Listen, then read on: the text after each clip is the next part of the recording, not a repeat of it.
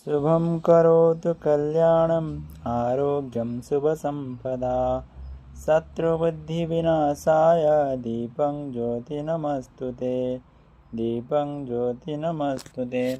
नमो नमः। मम नाम परम ब्रह्मपति अस्मि।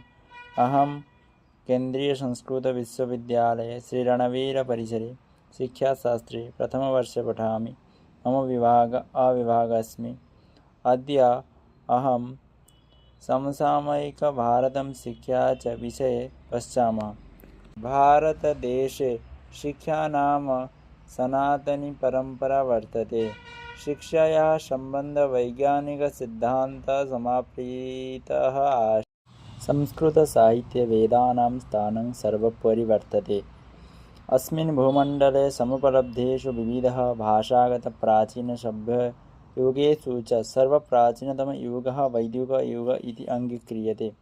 वैदिकयुगे भारतीयसभ्यतायाः आस्तां बुद्धजन्मतः मृत्युपर्यन्तम् अर्थात् प्रथमशताब्द्याः आरम्भात् षष्ठशताब्द्याः पर्यन्तम् आसीत्। वैदिकसाहित्ये एतस्मिन् वेदेशः वेदाङ्गानि उपनिषदश्च सर्वसमसामयन्ति भवति। देशे शिक्षा नाम भारतीयदेशे शिक्षा नाम सनातनपरम्परा वर्तते। शिक्षायाः सम्बन्धः वैज्ञानिकसिद्धान्तः समाप्तितः आसीत्। वैदिकशिक्षाः प्रकाराः। वैदिककाले शिक्षा द्वे प्रकारे आसीत्। एकः पुरा एकः परा अन्यत्र अपरा विद्या आसीत्। यथा परा इति सामान्यशिक्षा, अपरा इति विशिष्टशिक्षा। अतः सामान्यशिक्षा आध्यात्मिकशिक्षा आसीत् तथा आध्यात्मिकशिक्षायां परलौकिक तथा मोक्षप्राप्तिसाधनं मन्यते।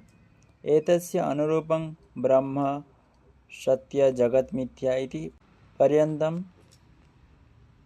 चरित्रार्थम् अस्ति। प्रकाले पराविद्याया अर्थात् आध्यात्मिकविद्या अधिकं महत्त्वम् आसीत्।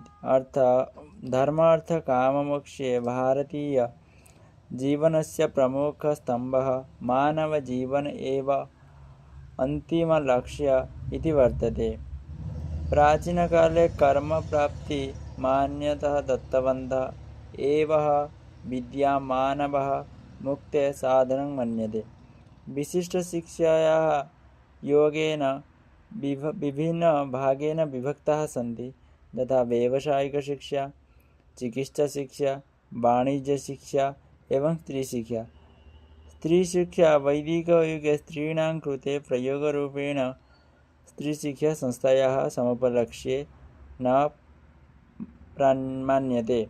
येन स्तः अध्यापनकर्ममाविरताः आसन् इति विवरणं यत्र तत्र। वैदिकशिक्षायाः मुख्यविधयः। शिक्षणव्यवस्थानां शिक्षणविधयः प्राणभूताः भवति। शिक्षणविधिरेव शिक्षणपरम्परा सूचयति।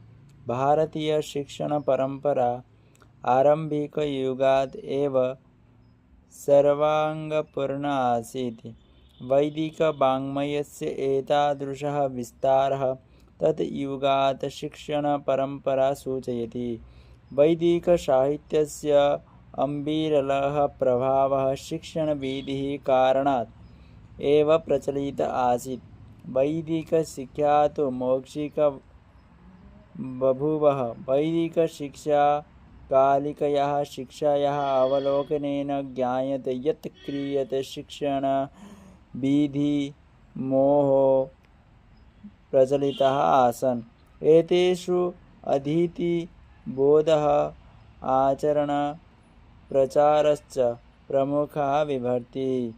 नमो नमः।